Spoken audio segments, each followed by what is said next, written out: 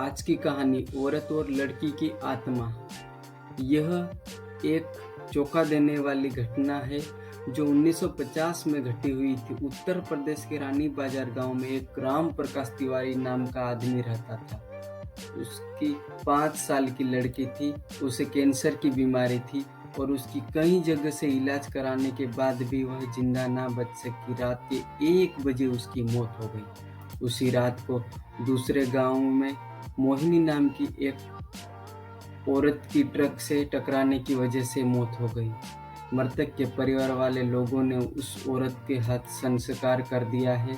दूसरी तरफ रानी जब बाजार से उस मृतक लड़की को दफन करने के लिए जंगल में जा रहे थे, अचानक रास्ते में उसके शरीर में कुछ हलचल हुई और वह उठ खड़ी हो गई।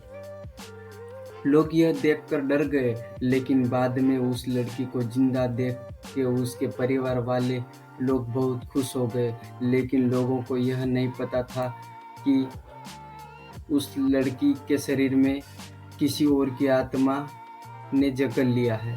उस 5 साल की लड़की के अंदर मोहिनी की आत्मा घुस गई।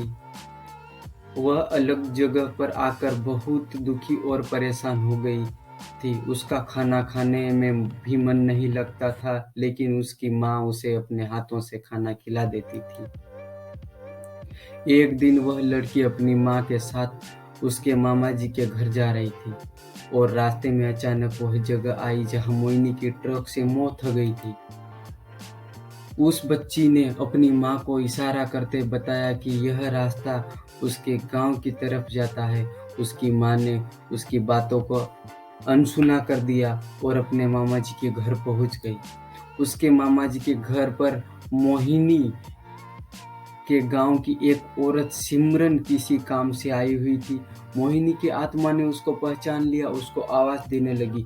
सिमरन को लड़की के मुंह में अपना नाम सुनकर आश्चर्य हुआ। सिमरन ने पूछने पर उस लड़की ने उसको अपनी पूरी घटना बता दी और बोली कि मेरी मौत से पहले ही मेरे घर वालों ने मुझे जला दिया। और इस बच्ची की खाली शरीर को देखकर उसमें रहने लगी। जब सिमरन ने यह बात सुनी तो उसने अपने गांव जाकर सारे गांव वालों को यह बात बता दी और उसका पूरा शरीर मोहिनी से मिलने आ गया।